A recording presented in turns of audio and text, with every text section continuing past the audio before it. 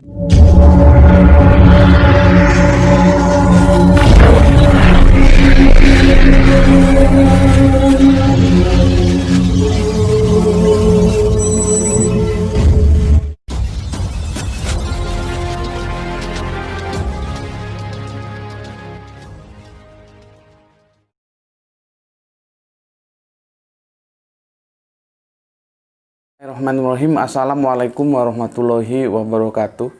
Ketemu lagi kita, tepatnya kalau hari ini kita sebut bincang-bincang ringan gitu aja ya. Bincang-bincang ringan di senja hari. Kebetulan ini senja.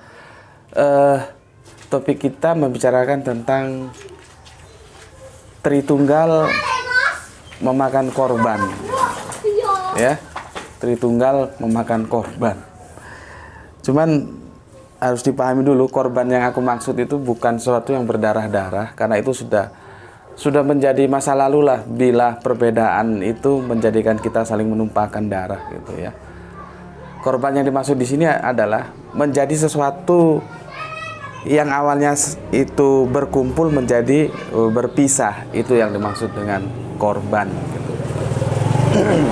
Seperti kita tahu, gonjang-ganjing di dunia Kristenan, di saudara kita Kristenan saat ini tentang konsep teos itu sedang lagi memuncak ya. Dan kita tahu pergolakan itu ternyata terus bergulir dan bergulir. Tentunya ketika ada perbedaan penafsiran tentang dogma Allah Tritunggal gitu. Tritunggal itu memang dogma gitu, makanya disebut dogma Allah Tritunggal gitu. Jadi kalau ada orang yang merasa keberatan kalau Tritunggal itu dibilang dogma, itu mungkin dia lagi disebut lagi blow on atau memang blow on, nggak tahu aku ya apa tepatnya ya. Karena memang itu dogma gitu loh. Jadi ketika ada orang mengatakan bahwa Tritunggal dogma terus dia tidak terima, itu kan gimana nyebutnya? Apa memang blow on atau karena kenapa nggak tahu saya, atau karena memang referensi akademiknya itu kurang, dia beragama hanya berdasarkan emosional saja, berdasarkan perasaan saja, tapi tidak mempunyai pengetahuan tentang dogma-dogma teologis dalam agama-agama khususnya Kristen gitu ya. Jadi Tritunggal itu dogma gitu, makanya mesti ditulis itu dogma Allah Tritunggal. Karena apa disebut dogma? Karena memang dia tidak alkitabiah itu. Dan posisi kita terhadap dogma itu bukan sesuatu yang boleh dikritisi, karena memang dogma itu tidak perlu pengkritik karena dia tidak logis. Ketika Anda menggunakan logika, Anda masuk ke dalam dogma, ya memang tidak ketemu. Jadi cara kita menghadapi dogma itu hanya dua. Kalau kamu mau, kamu terima tanpa harus mengkritik. Kalau kamu tidak mau, ya tinggalkan. Begitu. Saya minum dulu. Minum madu ini. Madu senja. Bismillahirrahmanirrahim.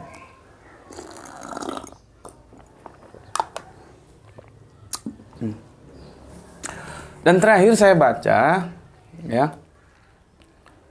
Ini ada surat apa namanya? Surat pengunduran atau bilanglah surat pengunduran gitu. Dan sekali lagi, karena ini bukan maksudnya ingin mencampuri permasalahan yang sedang bergejolak di saudara-saudara kita Kristen, bukan, itu tidak baik. Cuman kita akan menggunakan bahan sebagai diskusi atau sebagian pembicaraan ilmiah tentang peristiwa yang telah terjadi di dunia kekristenan, saudara kita yang Kristen, bahwa memang konsep teologis mereka walaupun sudah berusia 2000 tahun lebih itu belum final nih. Tentunya itu ada sesuatu masalah kan. Sedangkan konsep teos, konsep Tuhan itu sesuatu yang paling fundamental. Bagaimana mungkin sekian ribu tahun itu tidak tuntas juga? Ya. Nah, ini aku baca karena kita tidak membicarakan itu sebagai gini loh. Jangan nanti dianggap menangguk di air keruh, tidak. Tapi kita memerlukan peristiwa ini sebagai bahan diskusi pemikiran-pemikiran kita bersama ya. Maka aku tidak akan sebut inisialnya karena kita tidak membicarakan personalnya, yang kita bicarakan masalahnya ya. Ketika pendeta JT ini menggugat gitu ya, menggugat tentang Allah Tritunggal, ternyata peristiwa itu terus bergulir ya, dan akhirnya memuncak sehingga pendeta JT ini ya, ini mengeluarkan surat pernyataan pengunduran diri dari sebuah sinode gereja yang saya tidak bisa sebutkan namanya ya. Saya tidak akan sebutkan namanya ya, di mana beliau bernaung begitu. Saya kira ini sesuatu yang harus kita hargai. Ini yang namanya tanggung jawab intelektual gitu ya. Mohon dipahami berbeda antara tanggung jawab intelektual dan kebenaran intelektual gitu loh. Karena masalah apakah pendapat pendeta JT ini secara intelektual itu benar, itu kan juga perlu diuji lagi gitu loh ya. Sementara kita tidak berbicara tentang kebenaran intelektual. Yang kita bicarakan adalah sementara ini tanggung jawab intelektual.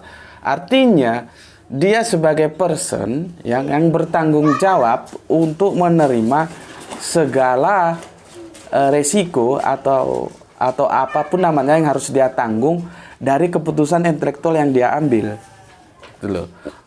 Pendeta JT ini memahami Allah Bapa dan memahami Bapa, Putra dan Roh Kudus itu sebagai 3 manifestasi kealahan ya. Nanti kamu bukalah kamus apa itu manifestasi. Sedangkan Tritunggal yang dipahami secara mainstream itu adalah 3 pribadi kealahan. Beda sudah kan? Yang satu memahami 3 pribadi kealahan, yang satu memahami 3 manifestasi kealahan.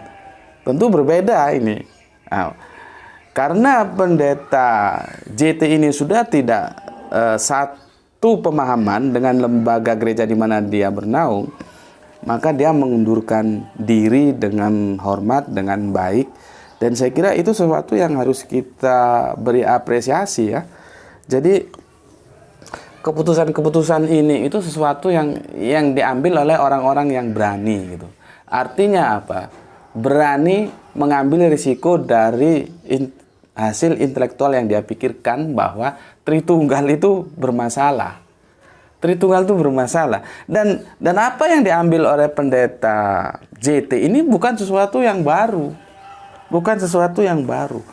Dahulu pernah ada pendeta juga ya, yang aku kasih nama inisial itu IO ya. Dia alumni Leiden, doktornya dari Leiden.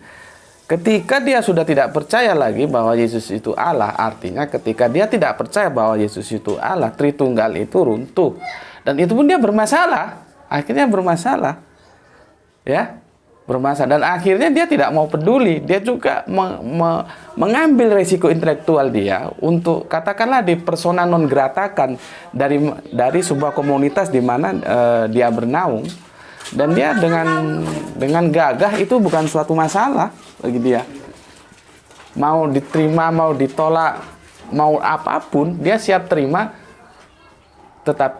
Tetapi penerimaan itu harus dipandang sebagai resiko yang harus dia ambil sebagai perwujudan intelektual yang dia sudah berubah keyakinannya, tidak lagi meyakini bahwa Yesus itu Allah gitu. Itu seru dulu awal tahun 2000, pertengahan 2000-an itu seru di medsos, seru gitu ya. Kemudian kita mundur lagi, ada pendeta pendeta ES. Begitu juga ketika dia mengatakan bahwa memang teksnya mengatakan Bapa lebih besar daripada aku. Teksnya di Yohanes itu mengatakan, kita mau bilang apa lagi? Artinya memang Yesus itu tidak setara dengan Bapa. Karena teksnya bilang begitu kok. Mau diputar pakai hermeneutik yang bagaimana lagi? Teksnya itu bilang Bapa lebih besar daripada aku. Dan artinya ketika kita mengambil sikap relativitas antara Bapa, Putra, dan Roh Kudus dan dinyatakan dalam ayat itu bahwa terjadi relativitas Putra yaitu Yesus terhadap Bapa yang itu Allah, tentunya Tritunggal juga gugur, gitu loh. Karena Tritunggal itu menganggap Bapa, Putra, dan Roh Kudus itu setara. Itu 3 pribadi yang berbeda dan setara, gitu loh. Jadi peristiwa-peristiwa seperti ini bukan sesuatu yang baru. Bukan sesuatu yang baru. Dan dia akan memakan korban berikutnya. Tidak menutup kemungkinan 10 atau 20 tahun lagi akan terjadi lagi. Bahwa Tritunggal akan terus memakan korban. Seperti itu. Jadi, ya, kita seharusnya berpikir ulang untuk membuat sebuah bergaining, baik itu terhadap organisasi atau minimal terhadap diri sendiri lah. Berani kita enggak untuk meninjau ulang, ya, meninjau ulang. Minimal jangan ditolak tapi jangan diterima dulu lah. Posisikan status quo terhadap Tritunggal ini sebetulnya Alkitabiah enggak sih? Bener enggak sih? Gitu loh. Berani enggak kita? Kan seharusnya langkah itu yang diambil. Gitu loh. Karena apa? Karena sebuah data mengatakan ini bergejolak terus. Memakan korban terus ini Tritunggal ini. Ya namanya dogma begitu itu. Gitu loh, ya. Itu baru persentuh lembaga. Jadi pesan dengan lembaga. Ada yang lembaga itu lembaga seperti akhirnya bagaimana saksi Yehova harus berpisah, itu kan karena Tritunggal itu juga. Yang satu menerima, satu menolak. Bagaimana akhirnya Kristen Tauhid juga berpisah, itu kan Tritunggal juga sebabnya. Bagaimana Mormon itu juga harus berpisah, dan itu juga karena Tritunggal. Dan akhirnya pertarungan perang pernyataan yang kadang-kadang melampaui batas kerangka berpikir ilmiah, yang ada hanya sebuah pernyataan-pernyataan yang itu kalau nggak terkontrol menjadi hujatan sesat, gitu loh. Kan bagaimana? Kan begitu absurd, begitu ya, menjadi nggak jelas sebetulnya bagaimana sih konsep teos dalam kekristenan ini, ya. Dan aku berulang kali sudah mengatakan, sudah 2 video aku unggah. Sekarang ini ya sekilas saja lah aku bilang bahwa yang namanya Kristen itu adalah sebuah kehidupan manusia yang dia menggantungkan ajarannya kepada Kristus, maka dia disebut Kristen. Aku mengatakan ini dari sudut pandang linguistik, gitu loh. Jadi meskipun saksi Yehova itu tidak menerima Yesus sebagai Allah, itu tetap aja dia Kristen, karena linguistiknya bilang begitu. Mereka hidup dalam ajaran-ajaran Kristus. Ini kan masa aku harus berkali-kali telekonferensi untuk menjelaskan ini? Kan videonya ini sudah yang ketiga kali aku jelaskan. Jadi dari sini kita tahu sesuatu yang tidak benar apabila itu dipaksakan supaya seolah-olah menjadi benar, ya, tinggal menunggu waktu saja. Dan memang itu memerlukan orang-orang yang berani seperti pendeta IO, seperti pendeta ES, seperti pendeta JT ini tadi, ya. Itu mereka yang punya otoritas dan punya kapasitas. Mereka berani untuk mengatakan bahwa sesungguhnya minimal kita mendekonstruksi ulang dulu. Sebetulnya gimana sih Tritunggal ini? Gitu ya. Jadi penutup dari bincang-bincang sore kita kali ini aku katakan, ya, sesuatu yang itu melanggar logik, ya, itu pastilah akan mengalami penolakan. Begitu. Hanya nunggu waktu saja kapan, gitu loh. itu pasti akan mengalami penolakan. Berikutnya, sesuatu yang melanggar Alkitabiah, dia juga tinggal menunggu waktu saja. Dia akan mengalami penolakan. Ya. Makanya seperti video-videoku yang terdahulu, aku telah yang sudah diunggah itu berseri. Kalau nggak salah sudah 3 seri yang terunggah, bahwa Tritunggal itu hidup di dalam dogma, tetapi mati di dalam logika. Nanti berikutnya akan disusul bahwa Tritunggal itu hidup di dalam dogma, tetapi dia mati di dalam Alkitabiah. Gitu. Dan aku minta siapapun yang menonton atau menyaksikan video ini, mari kita diskusikan secara ilmiah tanpa perlu harus ada sebuah keterpisahan di antara kita. Mari kita bicarakan dengan baik, dengan hormat, tanpa harus menyerang pribadi-pribadi. Dan itu sesuatu yang memalukan lah. Kalau sesuatu yang bisa kita bicarakan dengan baik-baik, kenapa harus keluar sumpah serapah, ya? Mari kita bicara dengan parameter logik dan parameter Alkitabiah. Itu pesan dari aku, ya. Assalamualaikum warahmatullahi wabarakatuh.